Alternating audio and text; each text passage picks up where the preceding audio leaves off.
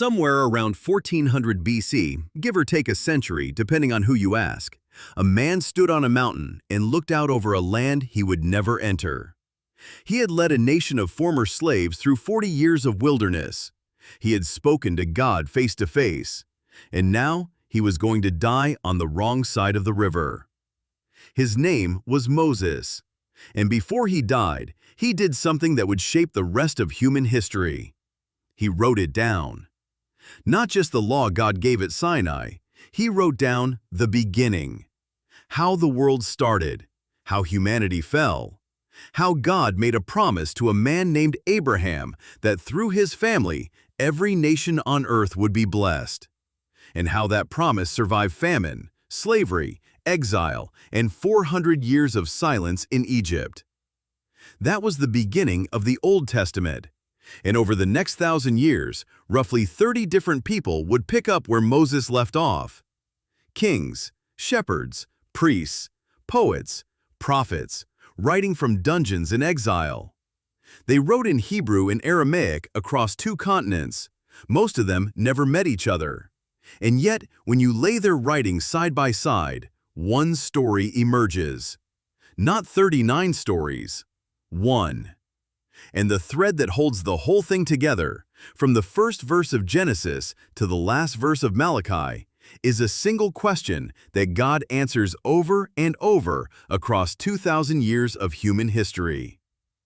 How does a holy God dwell with sinful people? That question drives every book, and if you can see that thread, the Old Testament stops being a collection of ancient religious texts and becomes the most relentlessly unified story ever committed to writing. We are going to walk through every single book of the Old Testament right now. What it is about, why it is there, and how it connects to the one story. Let us start at the very beginning. Genesis, the book of beginnings, 50 chapters. And the first thing the text wants you to know is not when God created, or how God created, but that God created. Genesis 1:1. In the beginning, God created the heavens and the earth. Before anything else existed, God was already there. He spoke, and light appeared. He spoke, and oceans formed. He spoke, and life covered the earth. Then he made humanity, and the language changes. Genesis 1:26. Let us make man in our image, according to our likeness. Not, let there be, like the rest of creation. Let us make. Something personal, something deliberate, something set apart. God placed the man and the woman in a garden called Eden, and in that garden, God walked with them. Genesis 3:8 tells us God was walking in the garden in the cool of the day. No temple, no ritual, no distance, just God and humanity together with nothing between them. And then it broke. God had given one command, one tree they were not to eat from.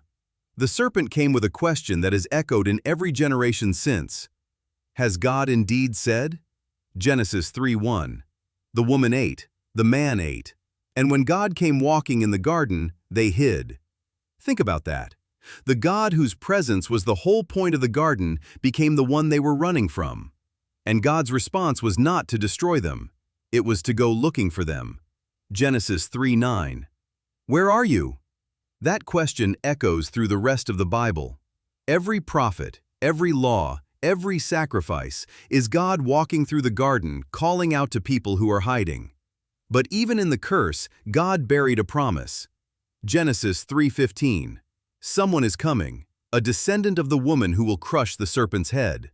That promise, in the 3rd chapter of the 1st book, is the seed of everything that follows. From there, Genesis moves fast.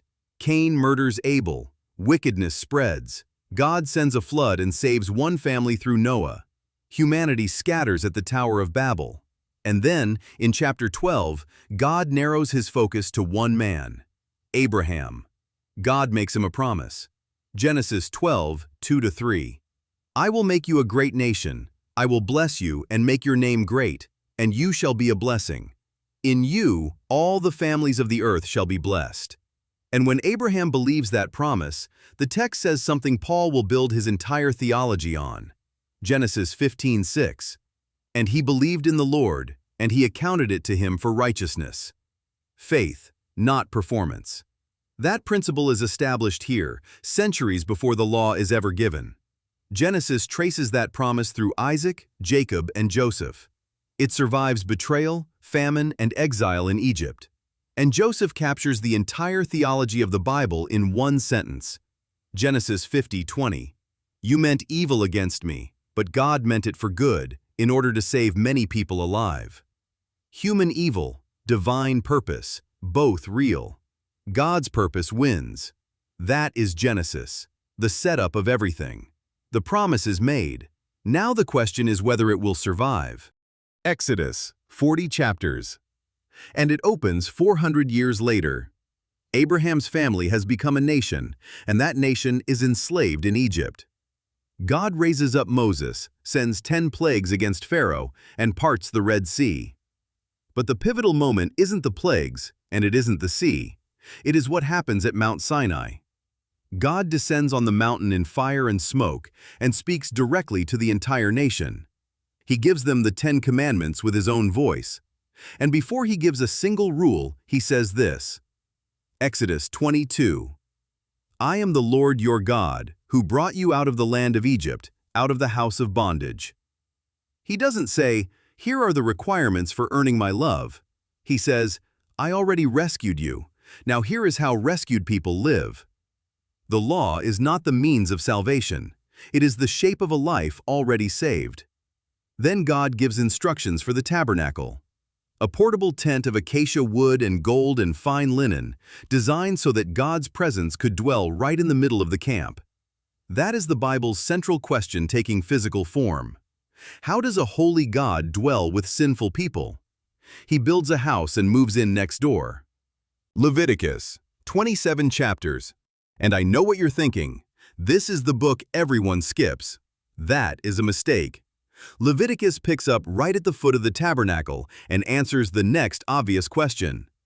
If God is holy and we are not, how do we approach him without being consumed? The answer is blood. Leviticus 17:11. For the life of the flesh is in the blood, and I have given it to you upon the altar to make atonement for your souls. For it is the blood that makes atonement for the soul. 5 types of offerings: burnt, grain, peace, sin, guilt. Each one a different angle on the same truth. Sin costs something, and God himself provides the payment. The whole book hangs on one sentence. Leviticus 19:2. You shall be holy, for I, the Lord your God, am holy. Not, be holy so I will love you, but be holy because I am holy and you are mine. Every animal that bled on that altar was pointing forward to a day when the true and final sacrifice would come, and the system would no longer be needed. Numbers, 36 chapters. The journey from Sinai toward the Promised Land, and it is painful to read. God brings Israel to the border of Canaan. They send in 12 spies. 10 come back terrified. Only Joshua and Caleb say, God is with us, let us go. The people refuse to trust God, and God's response is devastating. Numbers chapter 14, verses 22 and 23. Because they have tested him these 10 times and refused to listen, that entire generation will die in the wilderness without ever seeing the land. 40 years of wandering. Not because the land wasn't ready, because they weren't willing to trust the God who was giving it to them. Numbers is what happens when fear beats faith. Deuteronomy, 34 chapters. Moses' farewell sermon. He is 120 years old. He knows he will not cross the Jordan, so he stands on the plains of Moab and preaches to the generation that will enter the land without him. And the heart of that sermon is the most important command in the Old Testament. Deuteronomy 6, 4-5. Hear, O Israel, the Lord our God, the Lord is one. You shall love the Lord your God with all your heart, with all your soul, and with all your strength. When Jesus is later asked what the greatest commandment is, he quotes this verse. Matthew 22:37. Everything hangs on this. Love God with everything. Moses dies on Mount Nebo looking across at the land he will never walk on, and God buries him personally. Deuteronomy 34:6. And he buried him in a valley in the land of Moab, opposite Beth Peor, but no one knows his grave to this day. The man who wrote the first 5 books of the Bible is buried by God himself in an unmarked grave. And the story moves on. Joshua, 24 chapters. The man who takes over where Moses left off. He leads the people across the Jordan into Canaan. Jericho's walls fall without a battering ram. The land is conquered city by city and divided among the 12 tribes. Joshua 1:9 sets the tone for the whole book. Have I not commanded you? Be strong and of good courage. Do not be afraid, nor be dismayed, for the Lord your God is with you wherever you go. Joshua is the proof that when the people trust God, God delivers on his promise. Judges, 21 chapters. And the mood drops off a cliff.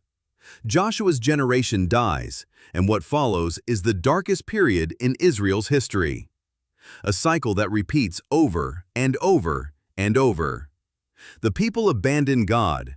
God allows an enemy to oppress them. The people cry out. God raises a judge, a deliverer. They have peace for a while. Then they abandon God again. Othniel, Ehud, Deborah, Gideon, Jephthah, Samson. The cycle never breaks because the people never fundamentally change. And Judges ends with one of the most chilling sentences in Scripture. Judges 21:25. In those days there was no king in Israel. Everyone did what was right in his own eyes. That is not freedom. That is chaos wearing freedom's clothes. Ruth, 4 chapters. Tucked right next to that darkness, one of the most beautiful short stories ever written. A Moabite widow clings to her Israelite mother-in-law Naomi and says, "Wherever you go, I will go, and wherever you lodge, I will lodge. Your people shall be my people, and your God, my God." Ruth 1:16. She marries a man named Boaz, who becomes her kinsman redeemer, a relative who pays the price to restore what was lost. And here's the detail that connects Ruth to the whole story. Her great-grandson is King David. A foreign woman from a pagan nation ends up in the direct bloodline of the Messiah. In the middle of Israel's worst era, God was quietly threading the promise through the most unlikely person in the story. 1 and 2 Samuel, 55 chapters combined. And these 2 books are about one question. What kind of king does God want? The first answer is Saul, chosen by the people, tall, impressive on the outside, hollow on the inside. He starts well and collapses. The second answer is David, a shepherd boy from Bethlehem. 1 Samuel 16:7. For the Lord does not see as man sees, for man looks at the outward appearance, but the Lord looks at the heart. David is not perfect. 2 Samuel records his devastating sin with Bathsheba and the murder of her husband. The consequences chase him for the rest of his life. But God makes David a promise that rearranges everything. 2 Samuel 7:16. Your house and your kingdom shall be established forever before you. Your throne shall be established forever. That word forever means this has to go beyond David, beyond Solomon, beyond any mortal king. Something is coming that hasn't arrived yet. 1 and 2 Kings, 47 chapters combined. And these are among the hardest books in the Bible to read because you are watching everything fall apart in slow motion. Solomon, David's son, builds the temple.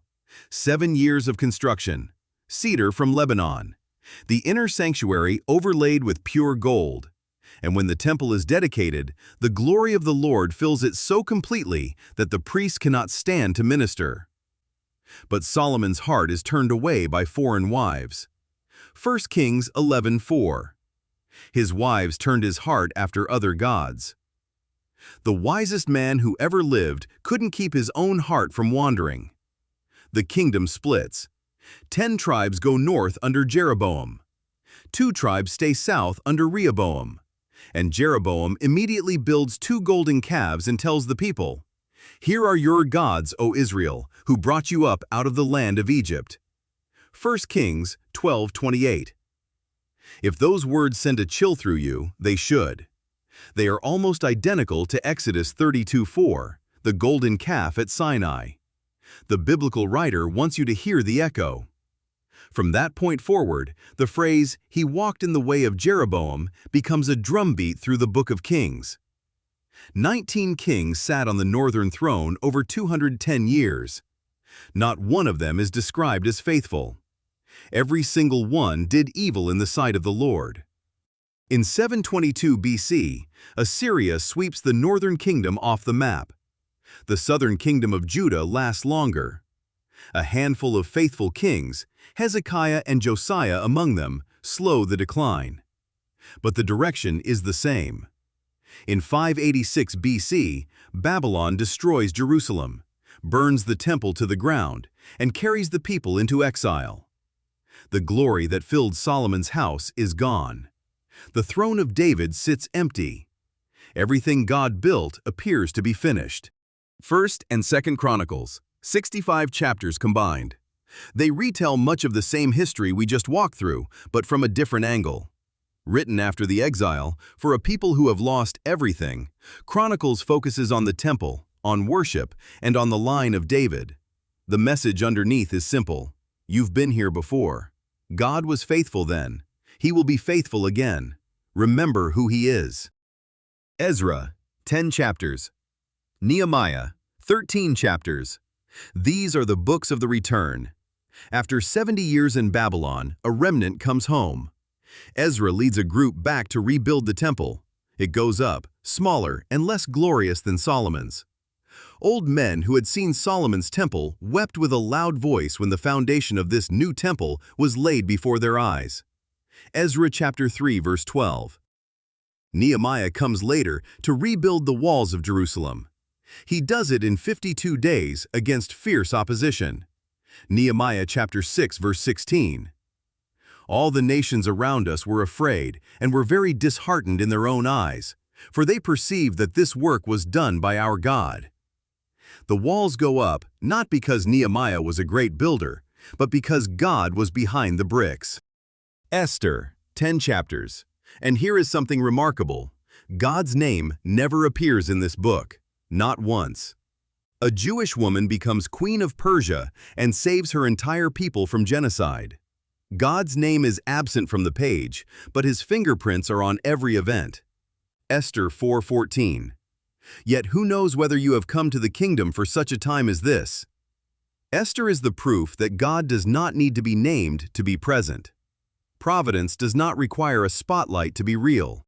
If this is helping you see the Bible in a way you haven't seen it before, help us get this to more people. Subscribe, leave a comment, share it with someone. That's genuinely how more people find this. Thank you for being here. Job, 42 chapters, possibly the oldest book in the Bible. And it asks the hardest question a human being can ask. Why do the righteous suffer? A man who has done nothing wrong loses everything.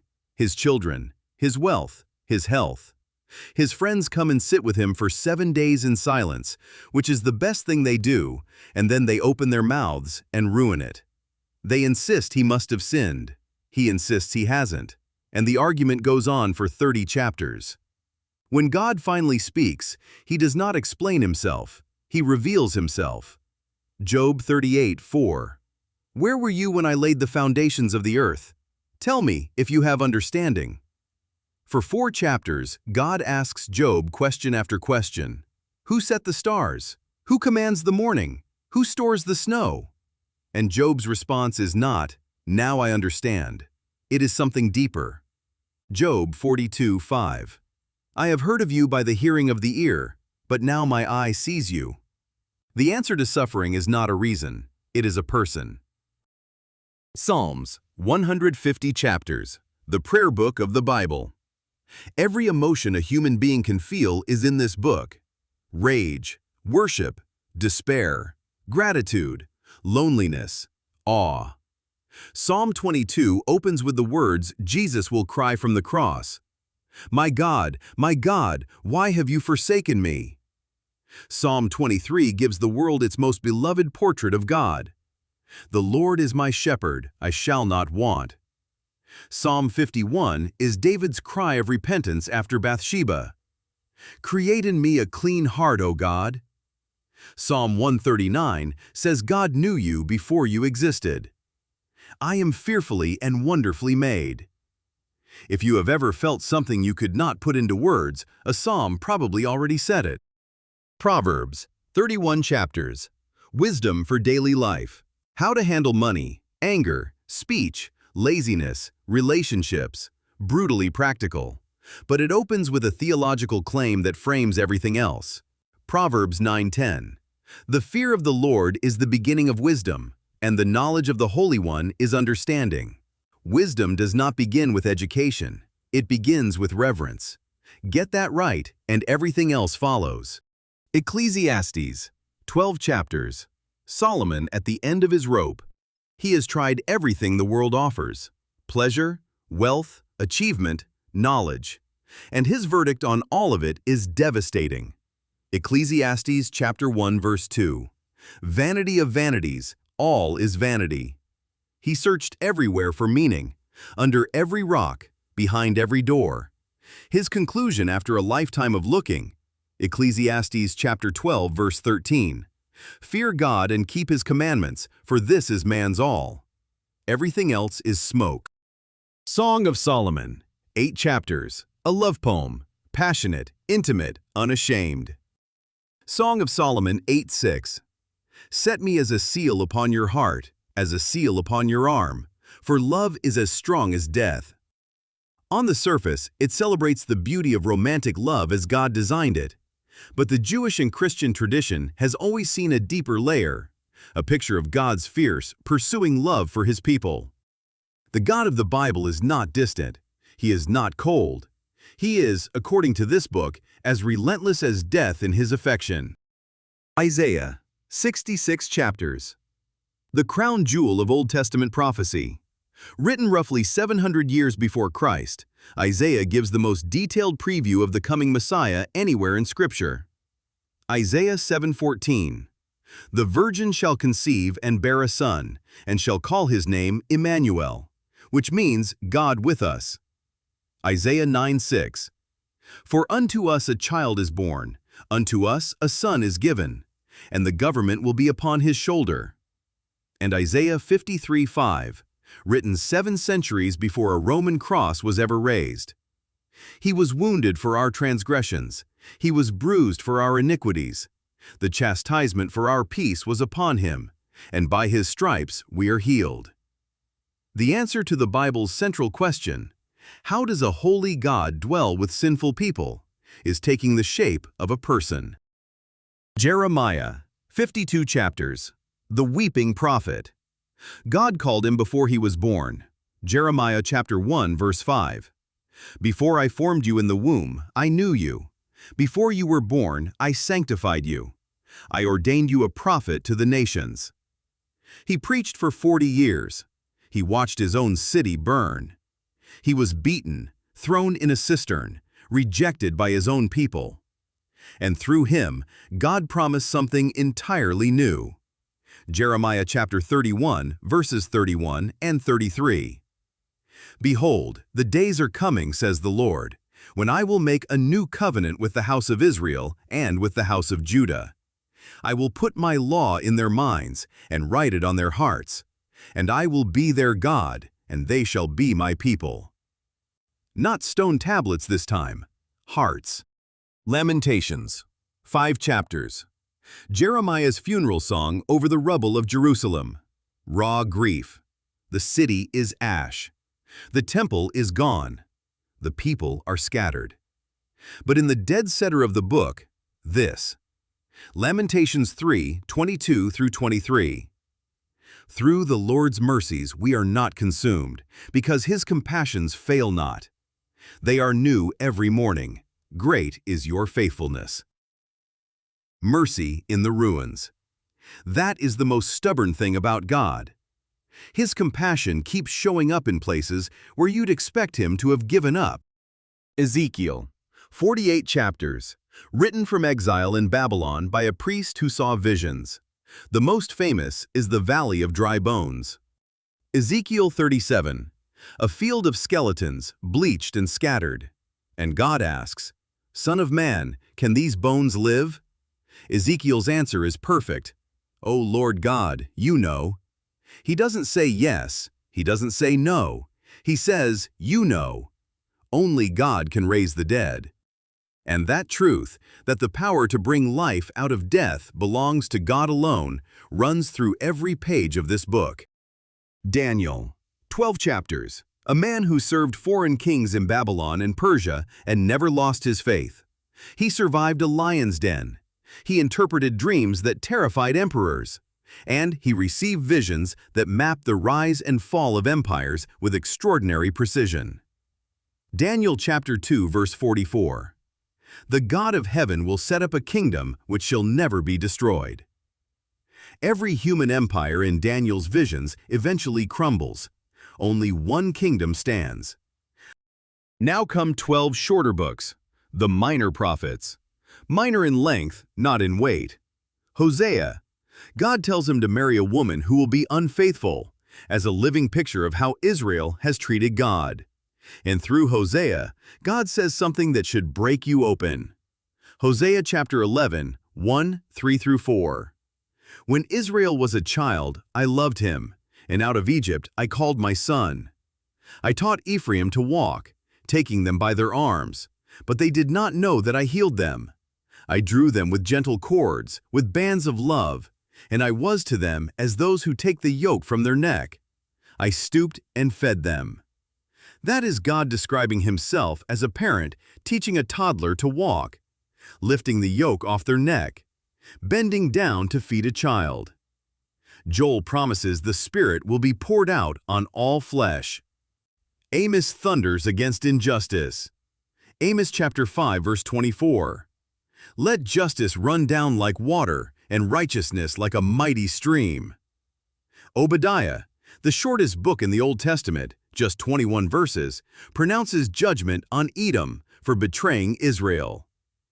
Jonah is the prophet who ran from God, was swallowed by a great fish, and discovered that God's mercy extends even to the enemies of God's people. Micah asks the essential question. Micah chapter 6, verse 8.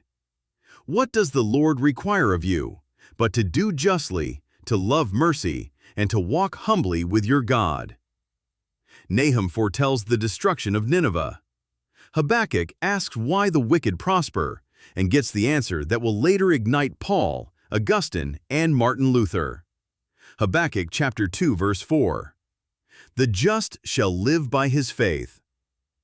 Zephaniah warns of the day of the Lord. Haggai tells the returned exiles to stop making excuses and rebuild the temple. Zechariah sees a coming king who rides on a donkey. Zechariah chapter 9, verse 9. And who is pierced? Zechariah chapter 12, verse 10. And Malachi, the last voice. After Malachi, roughly 400 years of silence, no prophet, no word from heaven. And that is where the Old Testament ends, not with a victory, not with a resolution, with silence. 39 books, one story, a God who creates, a people who fall, a promise that refuses to die, and a question that still has not been fully answered. How does a holy God dwell with sinful people? The Old Testament tried everything. A garden, and they hid. A law, and they broke it. A tabernacle, and they ignored it.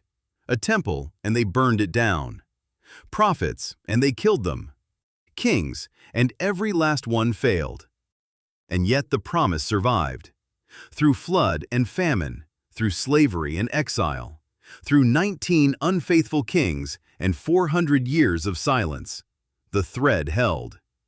And in the last pages of the Old Testament, the answer to that question is beginning to take shape. Isaiah saw it, a child born, a son given, a suffering servant wounded for our transgressions. Jeremiah heard it, a new covenant, not written on stone, but on the human heart.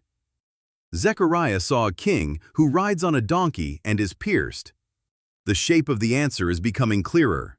It looks like a person, but the Old Testament closes before that person arrives. The last prophet speaks, and then heaven goes quiet. 400 years, no voice, no vision, no word. And in the garden, the question still echoes, "Where are you?" God asked it in Genesis 3. Every prophet after that was God walking through the garden, calling out to people who were hiding. Every sacrifice was an attempt to close the distance. Every king was an attempt to represent him. Everyone fell short. The question is still open. The search is still ongoing. And the Old Testament ends with an entire nation holding its breath, waiting for something they cannot quite name. The answer comes in part 2. After 4 centuries of silence, an angel appears to a teenage girl in Nazareth, and everything changes. Subscribe now so you do not miss it. And if this opened the Old Testament for you in a way you have not seen before, share it with someone. That is genuinely how more people find this. Thank you for being here. God bless you.